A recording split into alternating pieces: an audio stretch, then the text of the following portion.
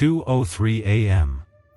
Kwok Chi-ming, a veteran taxi driver in Hong Kong, pulled over on a quiet incline near Tai Hang. After a grueling 12-hour shift, he just needed a few minutes of rest. The road was empty. The sky was clear, but a heavy fog blanketed the street, making everything look like an old, smudged photograph. He had just closed his eyes when the rear door on the passenger side popped open, sharp, sudden, and out of place in the dead silence. Kwok jolted upright and turned around, no one in the seat. He looked at the rearview mirror. Still nothing. But the cushion had sunken slightly, as if someone had just sat down. The dashcam had been recording the entire time. And the next morning, when Kwok reviewed the footage, he dropped his coffee. At the very end of the clip, just before the audio cut out, he heard it, faint and broken. Man. Ling. A name. A voice. And a person who, according to official records, had been missing for over 5 years, lost in the catastrophic landslide that struck Tai Hang. Welcome to a true story. A 12-minute journey that changed one man's life, and convinced dozens of taxi drivers across Hong Kong to stop accepting passengers after midnight. If someone is dead, but still calls a cab to go home, are they really gone? 60s. By day, Tai Hang buzzes with traffic, repair shops, street food stalls, and commuters rushing to work. But at night, it transforms, quiet, shadowy, almost forgotten. Steep hills, narrow dead ends, and silently. No one noticed. No one imagined that a familiar hill, where kids once raced skateboards, would become the epicenter of disaster. Over 15,000 tons of rock and earth surged down, burying 3 rows of low-rise homes and 7 shophouses in seconds. 20 seconds, to be exact. Those still awake at that hour heard a rumble like thunder, and then, nothing. Rescue crews arrived within 30 minutes and worked around the clock for 3 days. 27 bodies were recovered, mostly elderly and women. But 6 people were never found. Among them, a university student named Chan Yuan-ling. No fabric scraps. No blood. No personal items. It was as if the earth hadn't just buried them, but swallowed them whole. The incident was officially logged as a natural disaster. The city cordoned off the area and labeled it the Holloway collapse zone. Warning signs were posted. Barriers installed. Some residents move out entirely. And that's why, when a taxi driver like Kwok Chi-ming claims to have picked up a woman asking to go to 41 Holloway Road, a place that no longer exists on any map, people start to shiver. 4th floor. No elevator. The paint on the walls had long peeled away, and rust spread like bruises across the railings of his tiny balcony. His life was unremarkable. Boring, even. He slept during the day. Drove his taxi at night.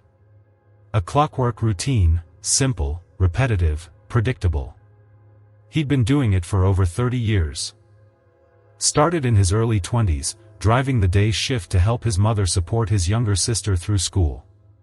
Time passed. Everyone grew up, moved on. And Kwok remained, just him, the wheel, and the ever-changing streets of Hong Kong. Now, he had no family left. His mother had passed long ago. His sister had settled in Toronto. His one and only marriage? It ended like a long, aimless road, no destination, no return. He preferred the night shift. Not for the higher pay, but for the stillness of the city after midnight, when the honking stopped, when even the usually chaotic streets like Wellington and Des Voeux fell quiet, like a lake at rest. In that darkness, Kwok felt allowed to exist. No explanations needed. No questions asked.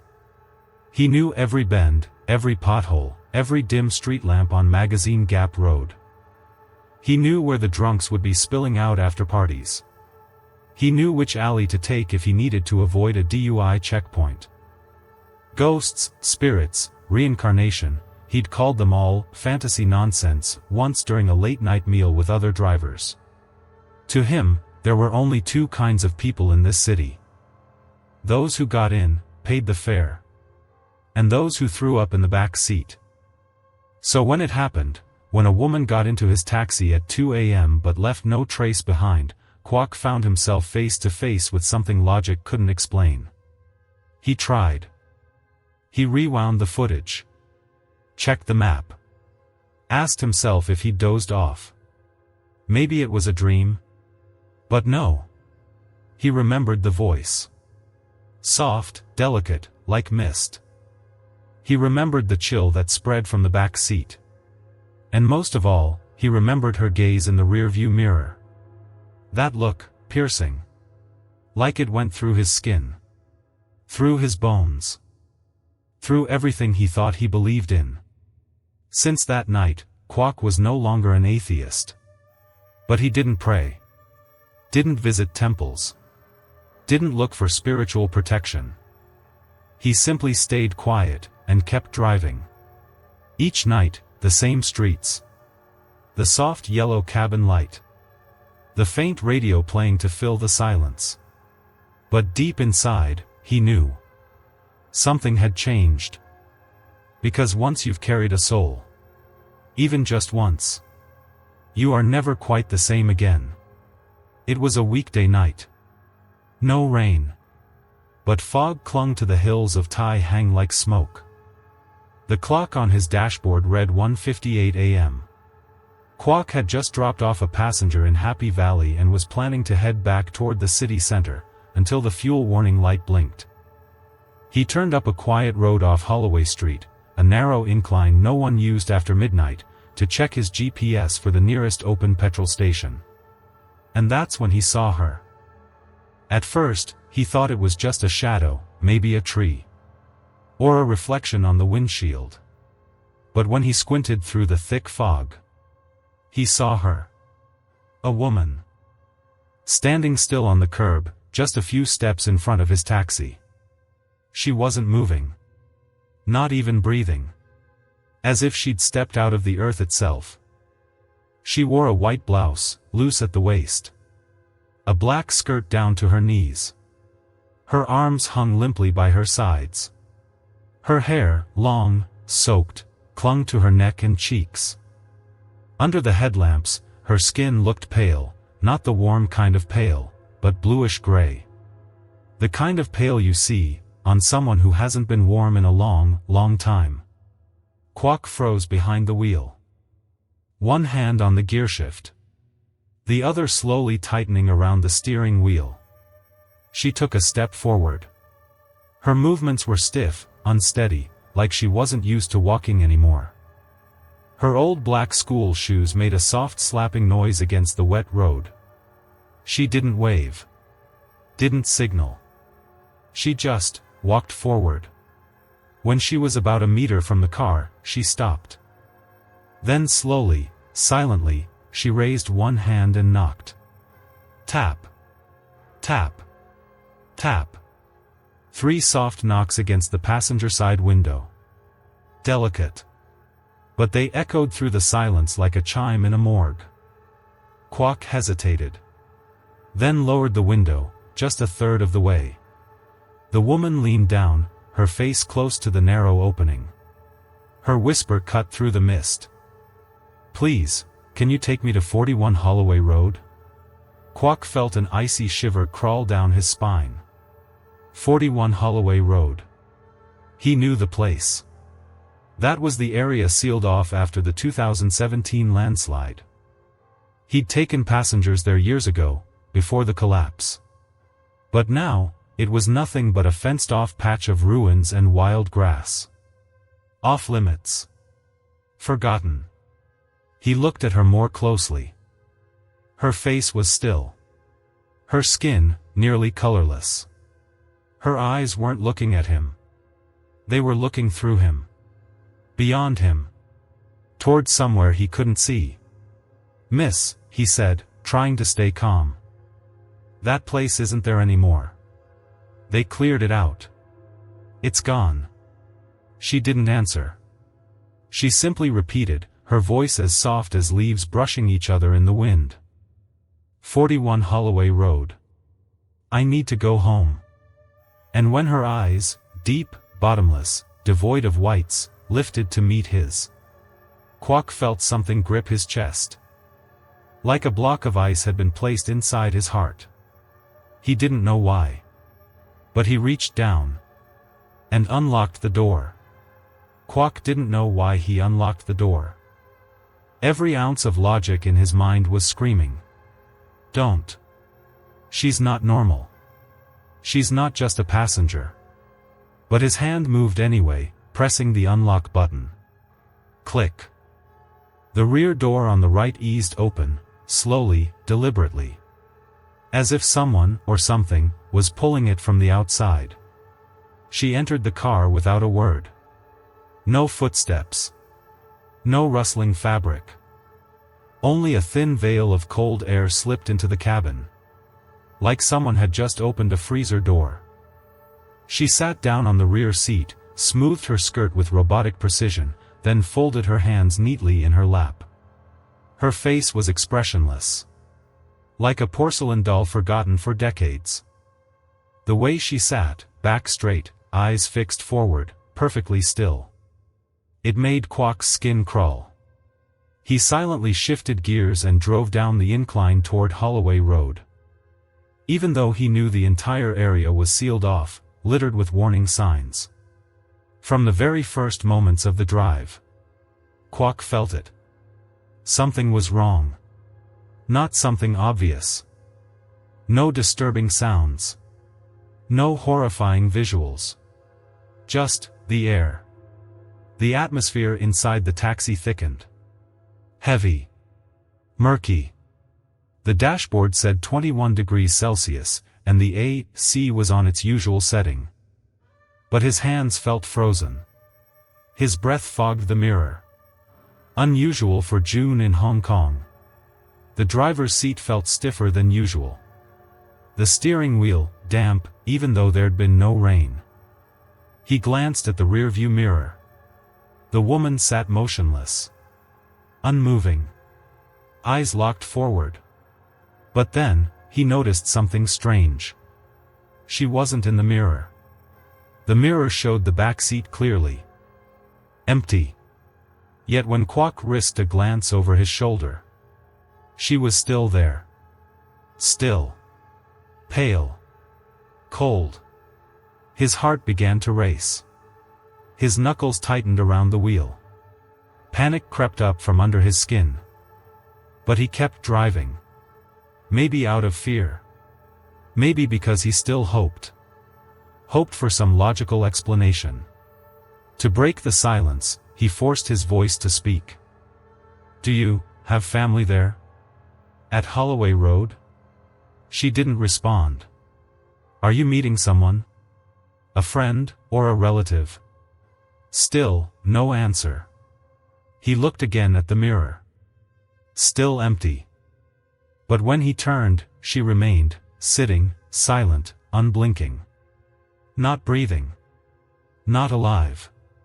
The air inside the taxi turned ice cold. The windows began to fog from the inside.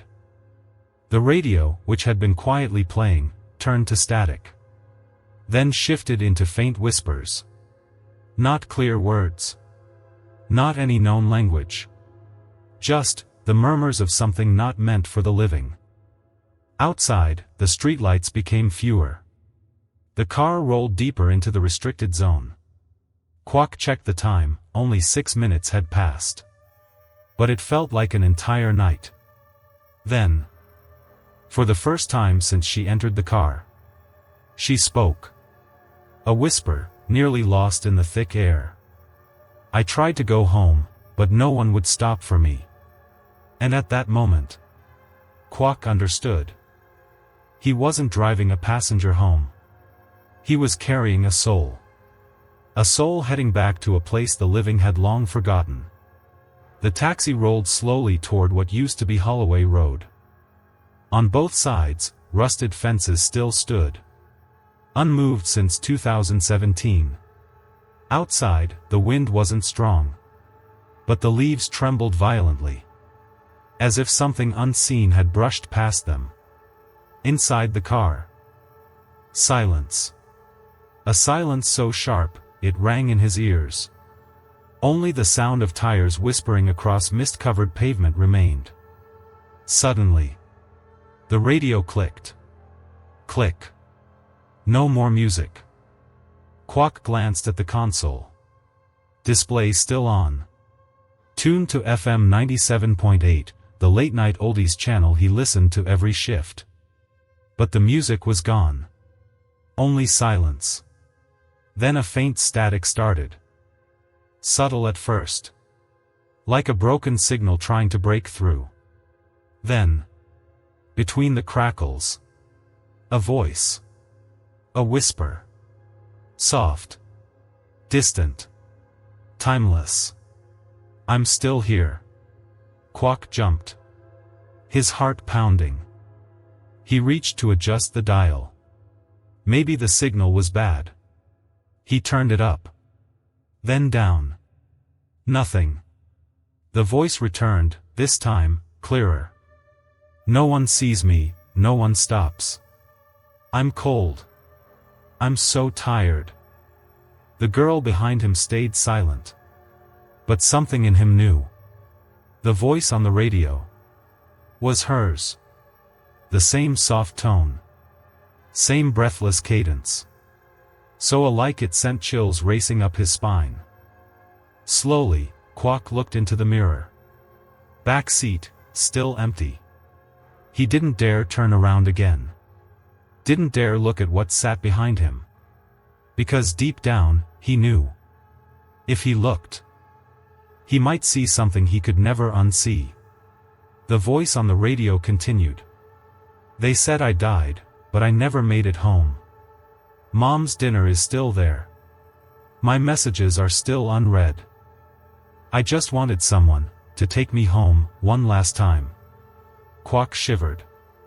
The voice carried no rage. No wailing. No hatred. Only sorrow. A sorrow so heavy, it clung to every corner of the cab. A sorrow of someone who had no name left to be called.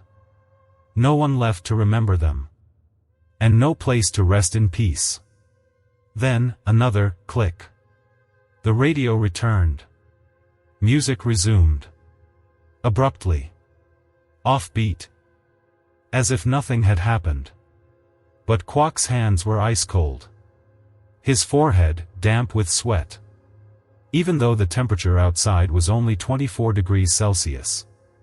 And one thought echoed in his mind. She's not just in this car. She's caught between two worlds. And I'm the only one who can hear her. He didn't know if that was a blessing. Or a curse. The taxi rolled slowly into the final stretch of Tai Hang Road, where a faded turn led toward Holloway Road. A place that locals now referred to only with uneasy glances. Up ahead, the reflective signs appeared. Danger zone, no entry. Holloway collapse area, sealed off. Right beyond them stood a steel barricade, nearly 2 meters high. Laced with barbed wire and trilingual warnings. Cantonese. English. And that long, lingering silence in people's hearts. Kwok's hand froze on the steering wheel. He pulled the taxi over, headlights landing on the dust-covered sign. Old memories rose like smoke. Tai Hang, 2017, wasn't just a headline for men like him.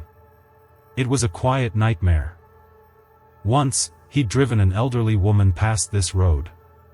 She had whispered as they passed.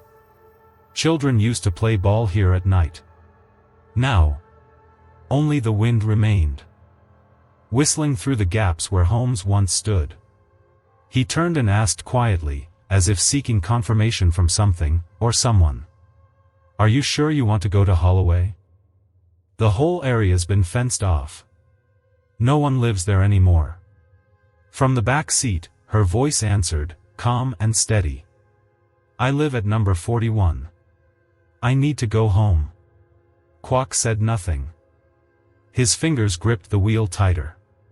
And then, as if the fog itself was hiding the barricades, as if the road was quietly folding back into the past, he turned the wheel right.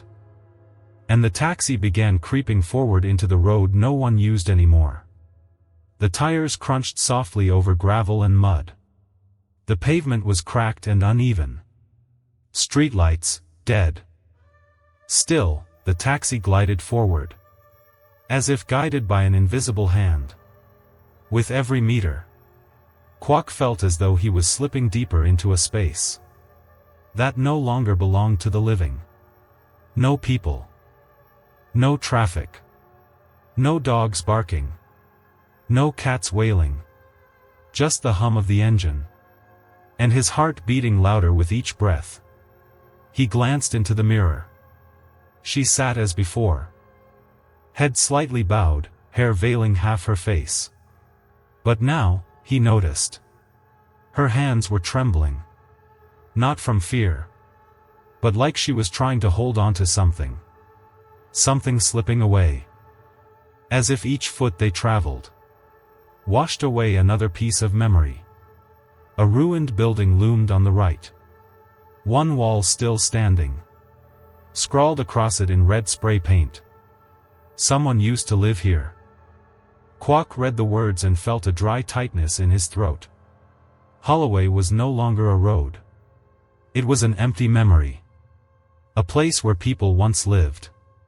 Once loved. Once argued. Once existed. And were swallowed whole. But to the girls sitting behind him, it all still existed. The taxi stopped at the junction where number 41 once stood. In front of him, only cracked concrete. A jagged trench laced with moss. And shards of glass dulled by time. Kwok turned to speak. But the back seat was empty. This time, truly empty. She was gone. No sound. No door opening. No goodbye. No sign she had ever been there. But the cold still lingered. And he knew. What just happened wasn't a dream. It was her final ride. The journey of someone who had died, but never made it home. Kwok sat motionless behind the wheel. In front of him, only concrete. Weeds growing through the cracks. No house numbers. No sounds. No trace that number 41 had ever existed. But what gripped his chest wasn't the emptiness ahead. It was the back seat. Just moments ago, a woman had been there. He saw her. He heard her. She made him pause. Made him doubt. Made him feel. And now, gone. No sound of the door. No footsteps. No motion. No farewell. Nothing left behind. Except the cold. Kwok stepped out of the car. The night wind brushed against his face, making him stagger. Not from the breeze, but from the chill that spilled out of the cab. As if the back seat door had just opened from a freezer. He walked to the passenger side. Opened the door. Peered inside. Empty. But freezing. He reached out, touched the leather seat. And pulled his hand back instantly. It was ice cold. A fine mist had settled on the surface. Beads of condensation formed where no moisture should have been. The AC was off. The weather was humid. 24 degrees outside. A single droplet slid off the seat. Fell to the floor. Click. A tiny sound. But in that moment, it echoed like the ticking of a hospital clock. Kwok looked around. No one. The distant streetlight flickered like an old oil lamp about to go out. He shivered. But not from fear. From something deeper. Stronger. Sharper. Compassion. Because he understood now. She didn't come to scare anyone. Not to haunt. Not to seek revenge. She only wanted to go home. One last time. Maybe all these years. She'd been waving.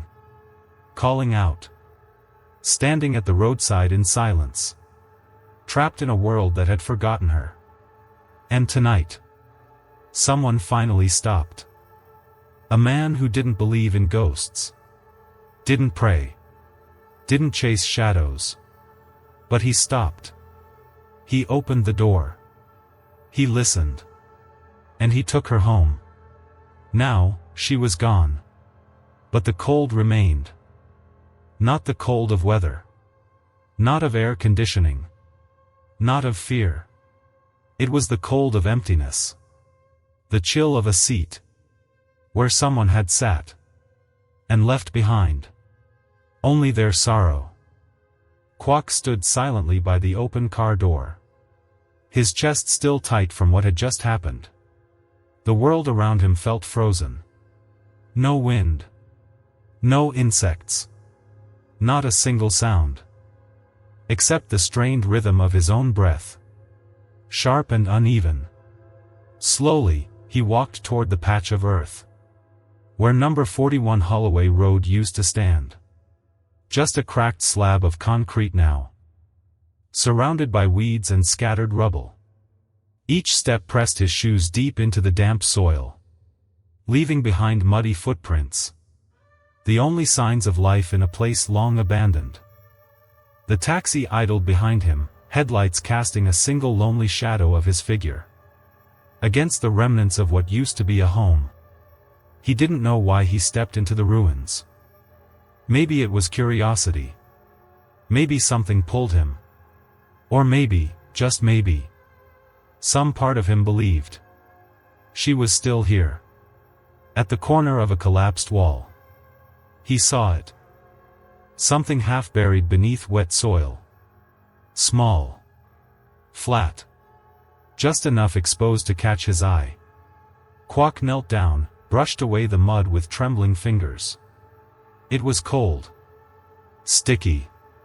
But he didn't stop. A worn wooden plaque emerged. The surface was faded. But the carved characters were still legible. Chan Yuan Ling. A name. Hand-etched. The old-fashioned kind of nameplate. Families used to hang by the door in Hong Kong for decades. His hands trembled. Chan Yuan Ling. He remembered the name. From an old newspaper. One of the 6 missing. Never found after the landslide in 2017. A university student. Lived with her mother at number 41. The mother was recovered 2 days later. But Ling vanished. Until now. This plaque shouldn't be here. After 5 years, it should have rotted.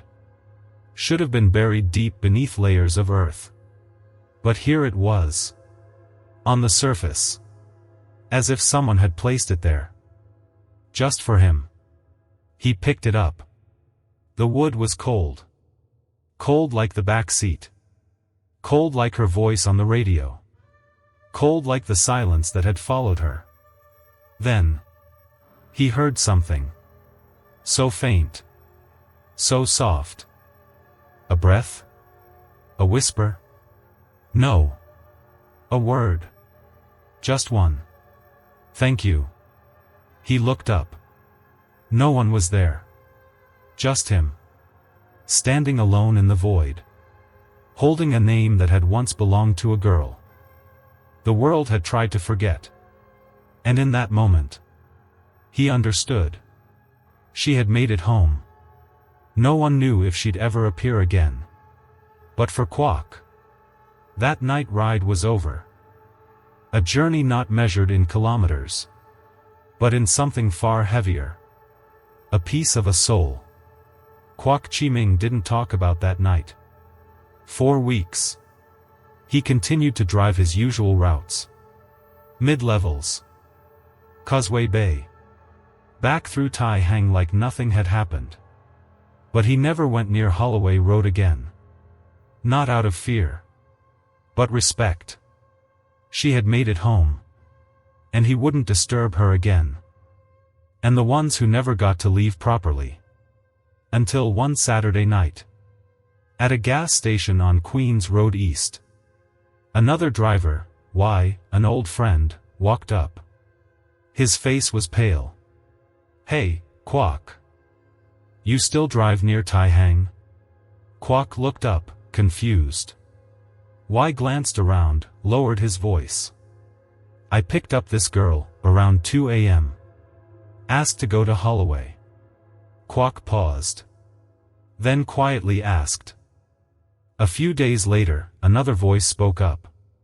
A younger driver, new to the night shift, posted in the company group chat. "Anyone ever pick up a rider? Who doesn't show up in the rearview? Thought I was dreaming. But the back seat was freezing." Dashcam caught the audio. No image. The message vanished soon after. But those who saw it remembered.